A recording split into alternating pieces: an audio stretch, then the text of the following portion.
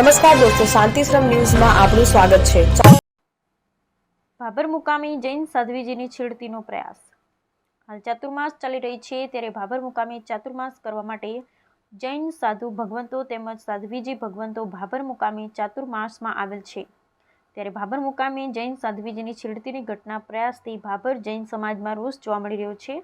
ત્યારે આજરોજ ભાભરના રોલિયાનગર પાસે ખેતરમાં બપોરના સમયે સાધ્વીજી લઘુશંકા જોવા ગયા હતા। તે દરમિયાન અચાનક અજાણ્યા બે શખ્સો આવી સાધ્વીજીની છેડવી કરવાનો પ્રયાસ કરતા સાધ્વીજી દ્વારા બૂમાબૂમ કરતા બંને શખ્સ નાસી છૂટ્યા હતા। બાદમાં સાધ્વીજી દ્વારા જૈન સંજ્ઞા વાત કરતા તાત્કાલિક જૈન સમાજના લોકોને એકત્રિત થઈ ગયા હતા।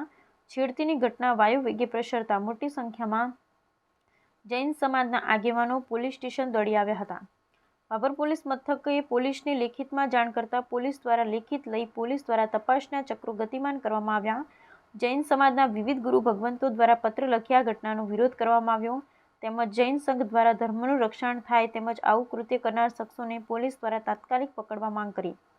તેમજ ભાભરમાં આવી ઘટના બનતા ભાભરના અન્ય સમાજના આગેવાનોએ આ ઘટના વખોડી કાઢી હતી, તેમજ તાત્કાલિક પોલીસ તપાસ કરી આરોપીઓ પકડાય તેવી બાબતના નગરજનોની માંગ ઉઠવા પામી હતી। બે જણા વોચ રાખીને એમની સાથે આવું કૃત્ય કરતા હોય તો એના ઉપરથી એવું નક્કી થાય છે કે આ રાજ્યની અંદર કે આ વિસ્તારની અંદર ધર્મ પણ સુરક્ષિત નથી।